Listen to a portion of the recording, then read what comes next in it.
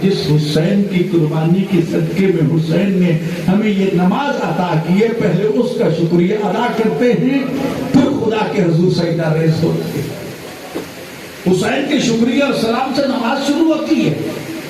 ادھر آپ تکبیرۃ الاحرام کہتے ہیں، سامنے تمہارے کربلا کی مٹی ہے، تمہاری نگاہیں کربلا کے خاکی شفا پہ پڑتی ہیں، رکوع میں جاتے ہو خاک شفا پہ تمہاری نگاہ ہے، سجدے میں جاتے ہو تمہاری نگاہ خاک شفا پر توجہ ہے۔ میرے بھائیو قیام میں ہو تو خاک شفا پہ نگاہ ہے آپ کی، تو مجھے خدا بتانا جب تمہاری نگاہیں کربلا کی مٹی پہ پڑتی ہیں، خاک شفا پہ پڑتی ہیں، تو ذہن کربلا جاتا ہے یا نہیں جاتا؟ جی رکوع میں بھی کربلا، سجدے میں بھی کربلا، تشہد میں بھی کربلا، اور جمع بھائیو قیام و قعود میں بھی تمہارا ذہن جیسے جیسے خاک شفا کو دیکھتا جائے گا کربلا کی طرف متوجہ رہے گا، اور جب کربلا یاد آئے گی تو حسین غریب بھی یاد آئیں گے نا، حسین کا علی اکبر بھی یاد آئے گا، حسین کا علی اصغر بھی یاد آئے گا، حسین کی زینب و کلثوم بھی یاد آ جائیں گی، ان کی لٹی چادریں بھی یاد آ جائیں گی، آنکھوں سے آنسو بہہ نکلیں گے، چیخیں بلند ہو سکتی ہیں۔ شریعت کا یہ حکم ہے کہ اگر حالت نماز میں کسی اپنے پیارے کی یاد میں آنسو نکل جائیں یا چیخ بلند ہو جائے، نماز باطل ہو جاتی ہے۔ لیکن ازادہ روبار حسین تیری عظمت کے کیا کہنے، حالت نماز میں اگر حسین کے غم میں چیخیں بھی بلند ہو جائے نا، تو نہ صرف یہ کہ نماز قبول نہیں ہوتی، نماز کی معراج ہو جاتی۔ میرے بھائیو آج کے دن کی زیارت کی یہ الفاظ ہیں، السلام علی قتیل الابرار، اے آنسوؤں کا ذبح شدہ آپ پہ ہمارا سلام۔ خود امام حسین فرماتے ہیں انا قتیل الابرار، میں آنسوؤں کا ذبح شدہ ہوں۔ کوئی بھی مومن جب بھی میرا نام سنے گا اس کی آنکھوں سے آنسو بہیں گے۔ اسیر القربات مصیبت کو کہتے ہیں، بہت سخت قسم کی مصیبت کہ جس کو قدم قدم پہ مصائب و آلام کا سامنا کرنا۔ یہ سارا کیوں تھا؟ کس لیے تھا؟ اپنے نانا کے دین کے لیے نہیں ہے کہ ہم نے اسے نہیں منایا، کہ ہم اس کے ٹیکس نہیں دیتے، اس کی شہری نہیں ہے، کہ آئین ہمیں آزادی نہیں دیتا کہ ہم اپنے دین اور عقیدے اور نظریے کے مطابق عزاداری اور عبادت کر سکیں۔ یہ سوچ لو کہ جو بھی حسین اور حسینیہ سے ٹکرائے گا، ایک تو وہ خیمہ یزید میں کھڑا ہوگا، جی کیونکہ دو خیمے آج بھی ہیں۔ کربلا میں یزید نے حسین کے خیمے جلا کے یہ سمجھا تھا کہ حسین کا خیمہ ختم ہو جائے گا، نہیں عزادار، آج پوری کائنات حسین کا خیمہ بن چکی ہے۔ جہاں جہاں حسین کی مجلس ہوتی ہے وہ حسین کا خیمہ ہے۔ شبیہات لے کے جو باہر آتے ہو، یہ زلزلہ، یہ تعزیہ، یہ تابوت، یہ زری، یہ ساری چیزیں، اس کے دو پہلو ہیں میرے بھائیوں نوجوان، ذہن میں رکھنا۔ ایک تو ہماری محبت کا پہلو ہے، ایک ہماری عقیدت کا پہلو ہے کہ ان کی نسبت ہے کربلا کے ساتھ، کربلا والوں کے ساتھ۔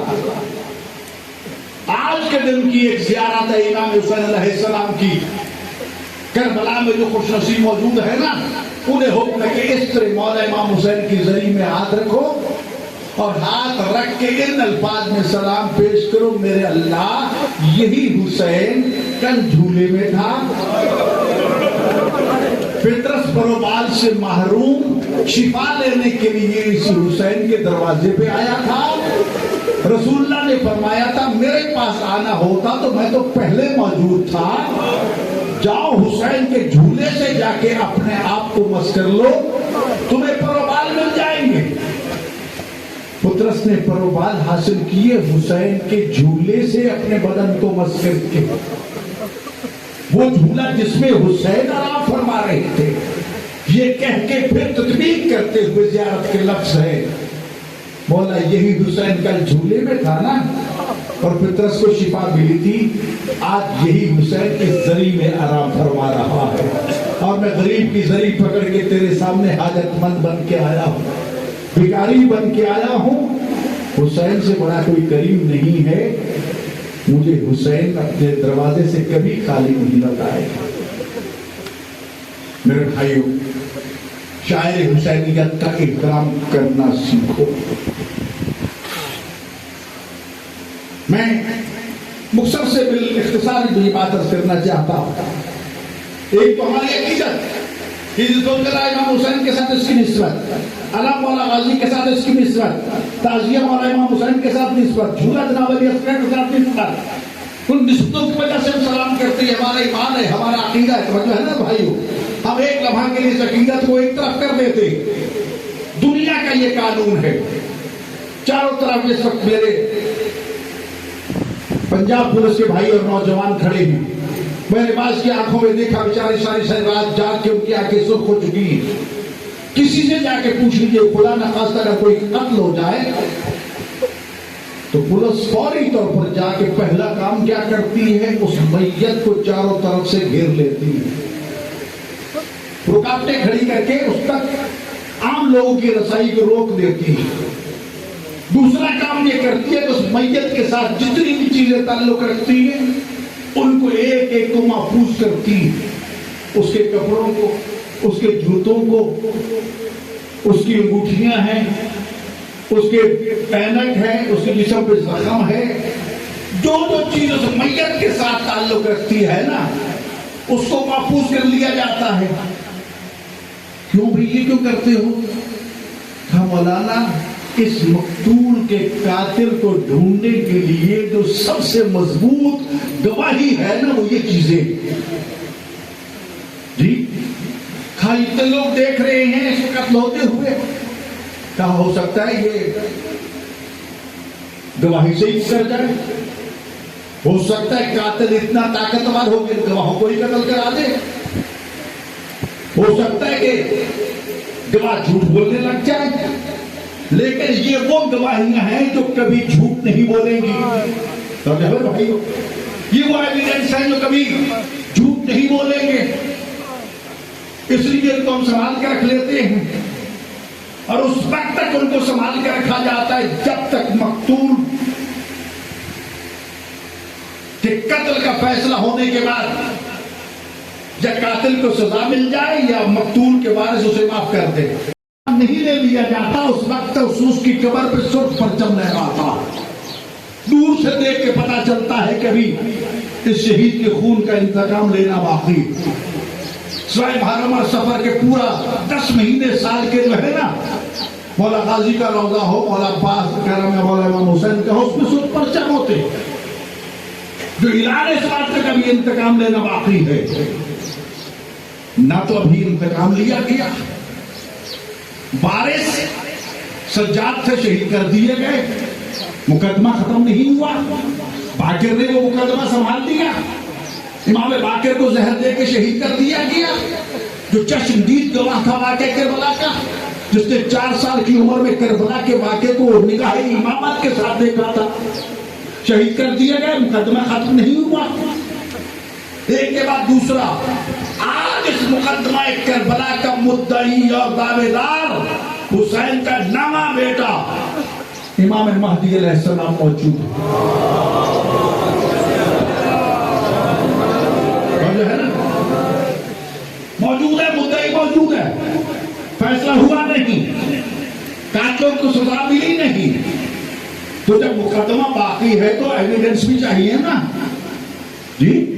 تو عزیزان گرامی، یہ علم، یہ تعزیہ، یہ زلزلہ، یہ کربلا کے وہ ایویڈنس ہیں جو ہم نسل بعد نسل سنبھال کے رکھے ہوئے ہیں۔ آج اپنی نسل کے حوالے کرتے، بیٹے اس کو سنبھال کے رکھنا، ہو سکتا ہے تیری ملاقات ہو جائے امام زمانہ سے۔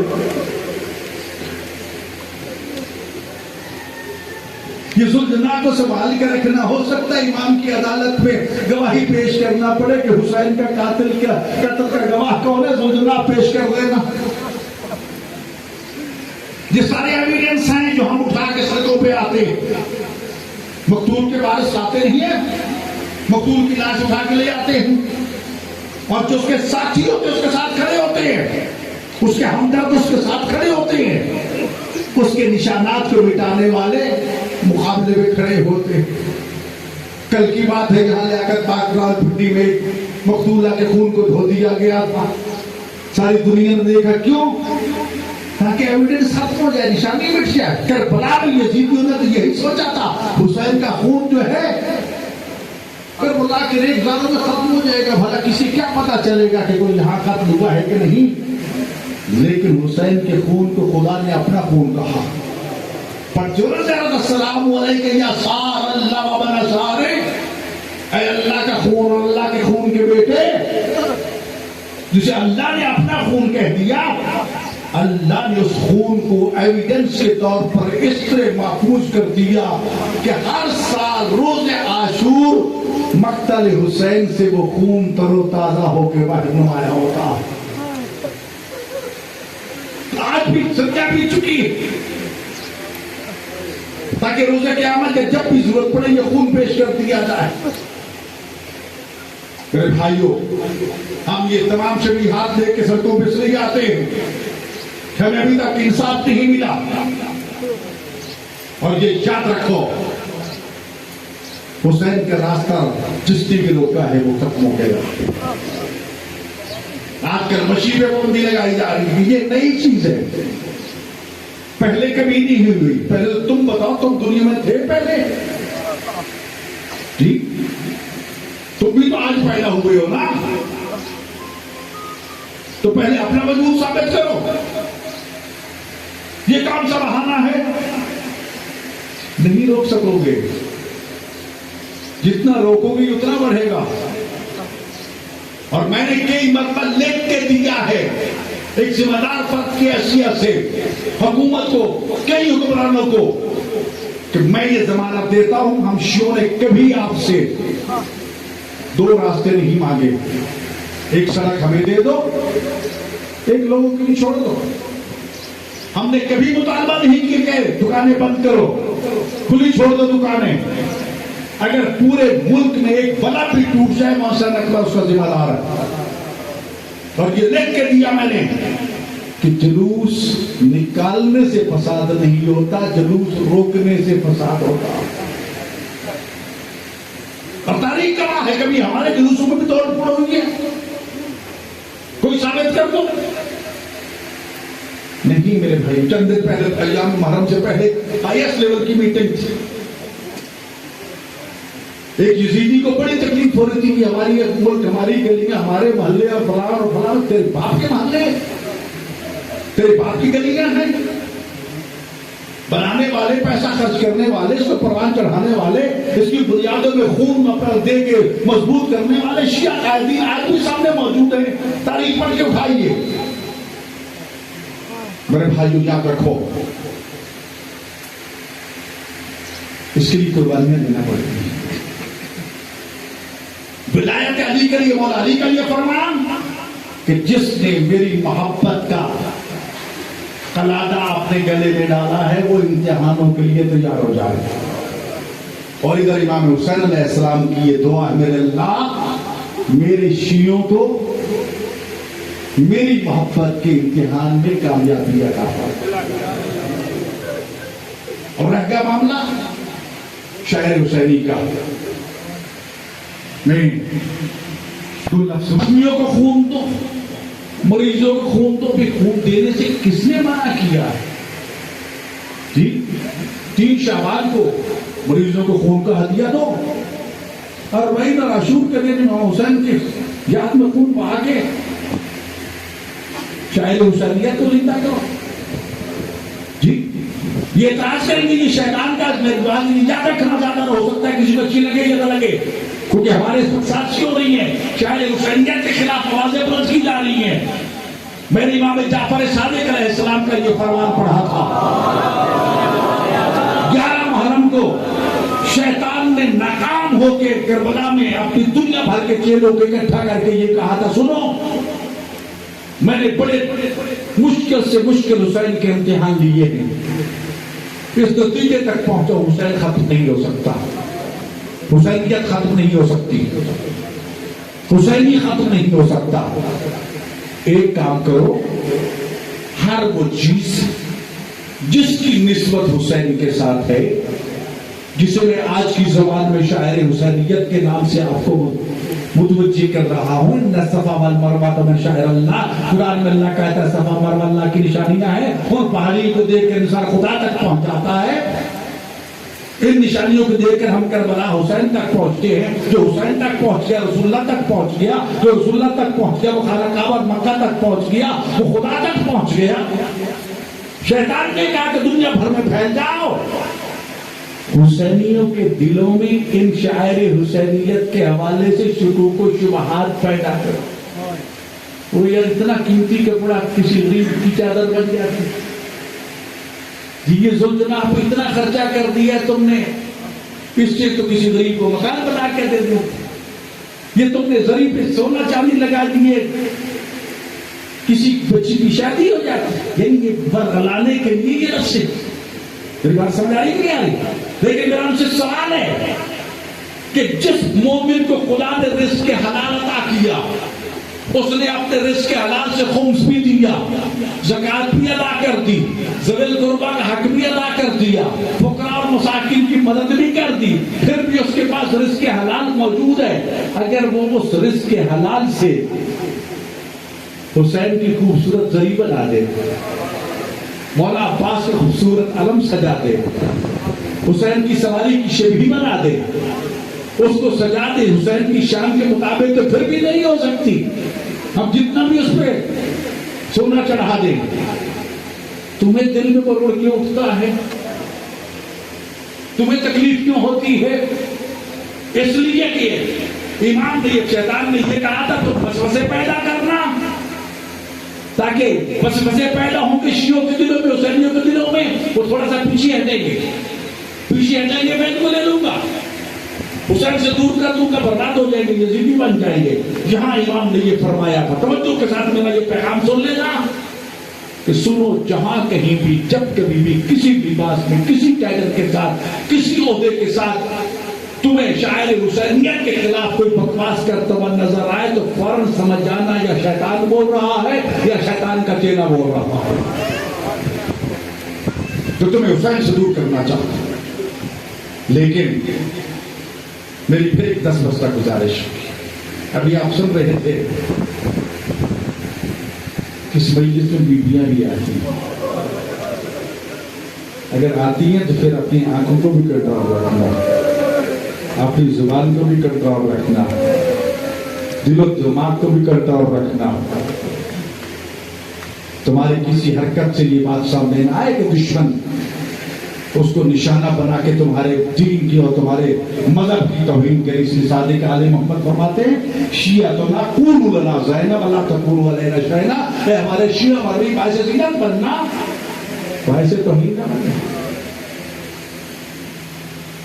اپنے کردار کو سجا. چہلم بہت بڑی عظمت کا بالاختصار حصہ نگرانی، کیونکہ ہم نے اس غریب مظلوم کے جنازے کی شبیہ کو گردہ دینا ہے، ضریر اٹھا دیجیے، اس کا تعزیہ اٹھانا ہے. تعزیت کے لفظی معنی ہوتی ہیں پرسا دینا.